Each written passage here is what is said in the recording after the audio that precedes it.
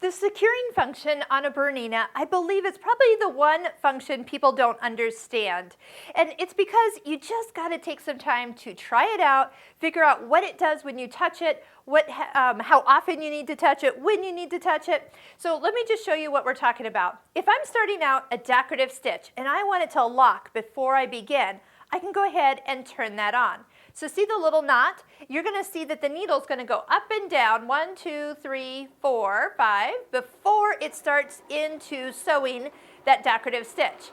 Now at any given time I want to have a locking stitch. If I stop and I push that, I will get stitches 1, 2, 3, 4, 5.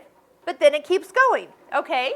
So what if I wanted to stop and lock? So here's what I would do. I could do pattern end, so it'll finish out my pattern, but it just stops with my needle down. So if I want a couple locking stitches before I cut my thread, I can go 1, 2, 3, 4, but don't keep going. Don't keep your foot on the foot control, just hit the scissor button, and then that way it is locked all at once. So you definitely can get the result of a secured stitch at the beginning, but you need to engage it. You kind of saw that once you engage it, it uses it up. It's a one-time use. So just keep your eye on the screen. If you see that, it's going to lock, and depending on where you're at, it will lock and keep going. So it is really a nice feature to have and to engage when you don't want your stitches to come loose.